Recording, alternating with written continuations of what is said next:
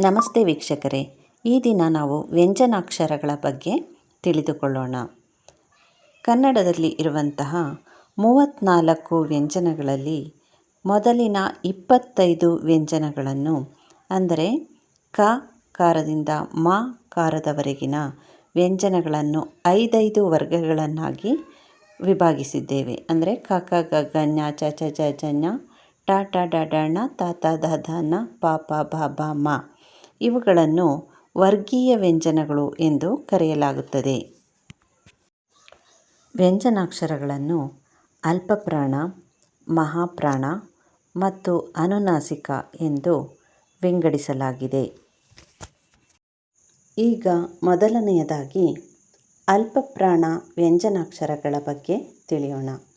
ಪ್ರತಿಯೊಂದು ವರ್ಗದ 1ನೆಯ ಮತ್ತು 3ನೆಯ ವ್ಯಂಜನಗಳು ಅಲ್ಪಪ್ರಾಣ ಅಕ್ಷರಗಳಾಗಿರುತ್ತವೆ.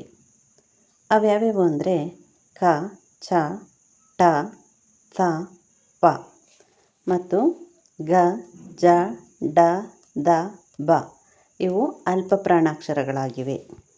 ಈಗ ನಾವು ಮಹಾಪ್ರಾಣ ವ್ಯಂಜನಾಕ್ಷರಗಳ ಬಗ್ಗೆ ತಿಳಿಯೋಣ.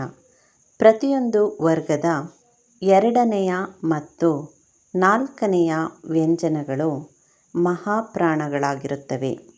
ಅವ್ಯಾವ್ಯಾವು ಅಂದರೆ ಖ, ಛ, ಠ, ಥ, ಫ, ಘ, ಜ, ಢ, ಧ, ಭ.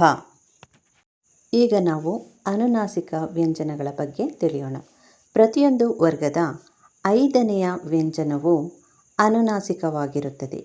ಇವುಗಳ ಉಚ್ಚಾರಣೆಗೆ ಮೂಗಿನ ಸಹಾಯ ಬೇಕಾಗಿರುವುದರಿಂದ ಇವುಗಳನ್ನು ಅನುನಾಸಿಕಗಳೆಂದು ಕರೆಯಲಾಗುತ್ತದೆ. ಅವುಗಳು ಯಾವ್ಯಾವು ಅಂದರೆ ಞ, ಞ, ಣ, ನ, ಮ. ಇವುಗಳು ಅನುನಾಸಿಕಗಳಾಗಿವೆ. ಕೊನೆಯದಾಗಿ ನಾವು ಅವರ್ಗೀಯ ವ್ಯಂಜನಗಳ ಬಗ್ಗೆ ತಿಳಿಯೋಣ. ಯ ಕಾರದಿಂದ ಳ ಕಾರದವರೆಗೆ ಇರುವ 9 ವ್ಯಂಜನಗಳನ್ನು ವರ್ಗಗಳಾಗಿ ವಿಂಗಡಿಸಲಾಗಿಲ್ಲ. ಅದಕ್ಕಾಗಿ ಇವುಗಳನ್ನು ಅವರ್ಗೀಯ ವ್ಯಂಜನಗಳು ಎಂದು ಕರೆಯಲಾಗುತ್ತದೆ. ಅವುಗಳು ಯ, ರ, ಲ, ವ, ಶ, ಶ, ಸ, ಹ, ಳ. ಇವುಗಳು ಅವರ್ಗೀಯ ವ್ಯಂಜನಗಳಾಗಿವೆ. ಇವುಗಳ ಬಗ್ಗೆ ಇನ್ನೂ ಹೆಚ್ಚಿನ ಮಾಹಿತಿಗಾಗಿ ಲೈಕ್, ಶೇರ್, ಕಾಮೆಂಟ್ ಹಾಗೂ ಸಬ್ಸ್ಕ್ರೈಬ್ ಮಾಡಿ.